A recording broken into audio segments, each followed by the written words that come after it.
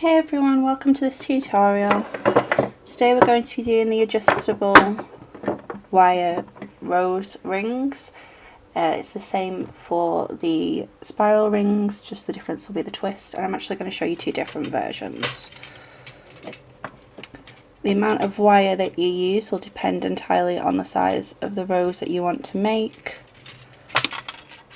and the size on the mandrel, the size of the ring itself that you want, so be aware of that. But to begin with, I'm going to cut 30 centimeters. I'm using 1mm wire,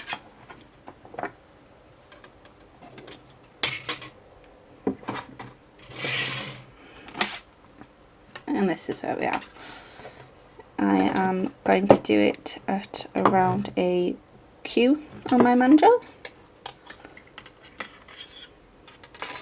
So to begin with, I'm just going to do it as though I'm just trying to do, sorry, get in frame, as if I am just doing a ring to begin with there, as you can see. And I like to give a little bit more, so if I wanted the ring to sit exactly next to each other, I would do it at the same point. Personally, I prefer to go a little bit over on both sides. That is personal preference for how you want the ring to sit. So I'm going to take it off. Remember, when you're doing this, you want to go next to it. You don't want to wrap it under or over, you want to go around the side. I like to go in at the finest point of my pliers because I want a tight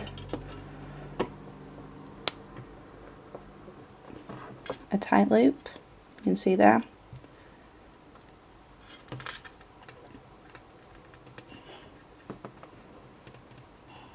And I actually try and close it as much as possible at this point. You could go in with a pair of nylon coated pliers and squeeze it even more. Okay, if you can see there, that's pretty much closed it. I will reform that bit in the mandrel in a moment, but for now I'm going to do the exact same on the opposite side. So again, taking my pliers, I'm just going to make sure that they slightly overlap on the hand when I'll be wearing it.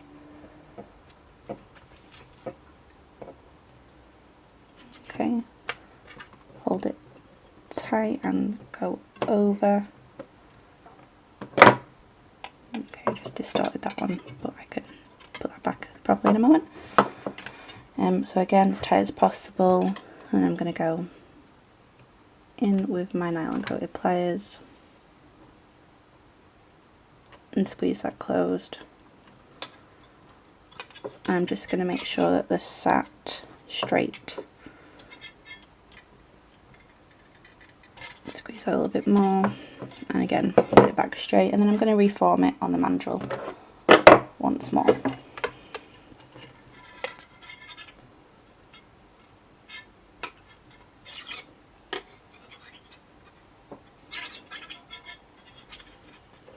Okay, so you can probably see that it's actually gotten a little bigger than the size I want it to be.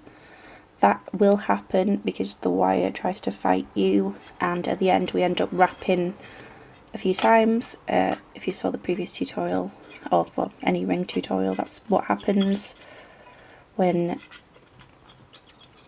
the wire, I'm just going to have to straighten this out, it's just kinking a little bit there and I don't want that. You can see that now it's sitting better.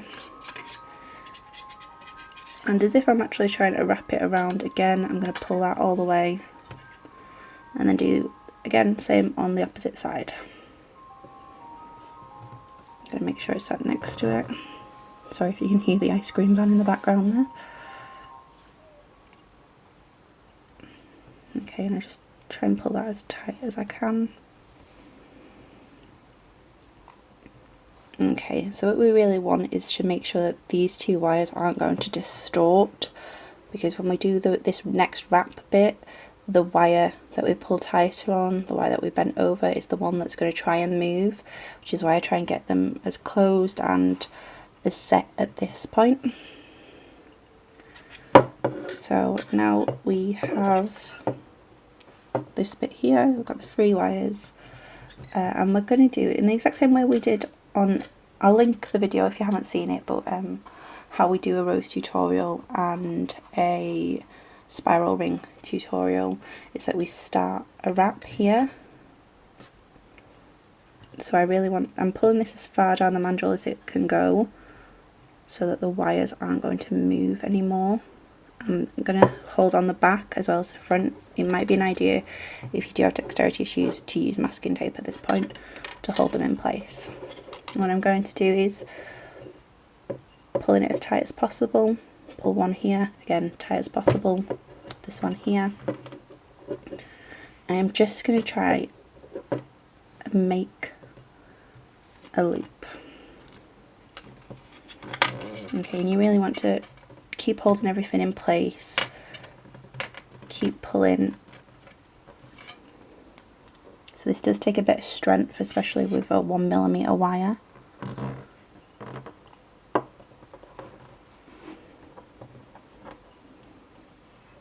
Okay, you can see that's starting to form there.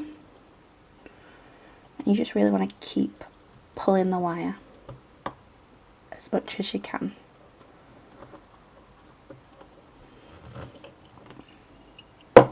So as you can see, it's come apart here and here, but that is okay because on the back it has stayed together. And that's really what we wanted, because these bits will fix and bring closer together when we do the final wraps at the end. But at this point it's fine.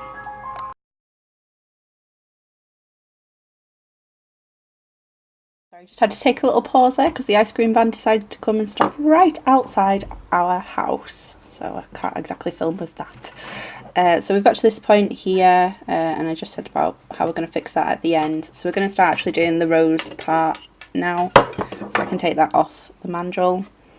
And again, you should have already seen a tutorial on this, but I'll link it in the description if you haven't. And this is how you do the rose. If you want to just do a spiral, you'd continue on and just make it as tight as possible. But we're doing roses, that's why I've got the red wire. Okay, and we're just going to keep doing this. So what I like to do is twist it around and pull it in a little bit.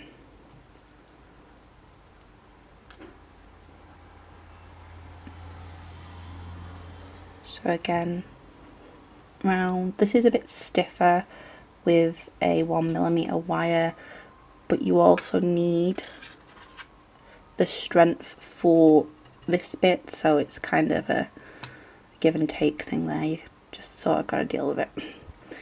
I am doing a video on it's called 12 tricks or 12 hacks or 12 secrets, something like that, for Wirework, so just go and have a look at that because I talk about it on there.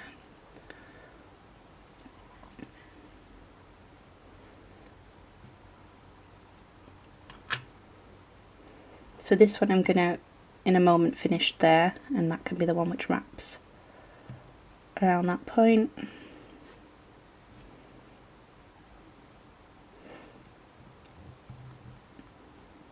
So I'm just going to,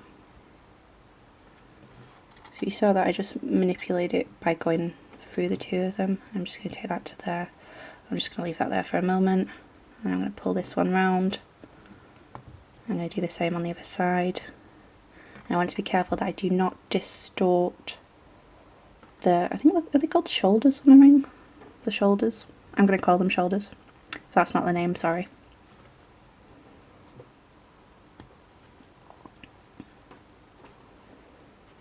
Okay, so you've got the rose part of your ring, the adjustable part, and then we're going to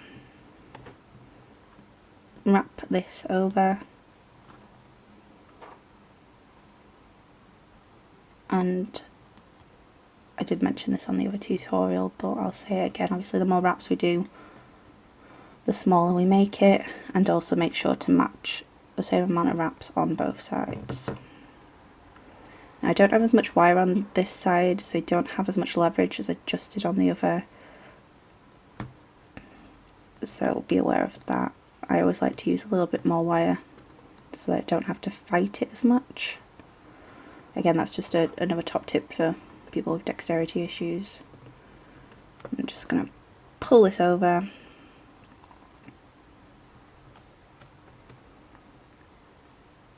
There we are. I'm going to take our flush cutter pliers.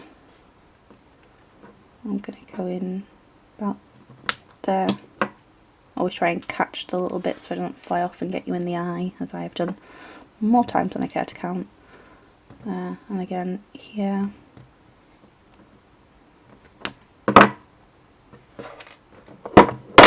And then I'm just doing this with nylon coated pliers. Again, I don't want to mark my wire. Coloured wire does mark a lot easier, any enamel plating.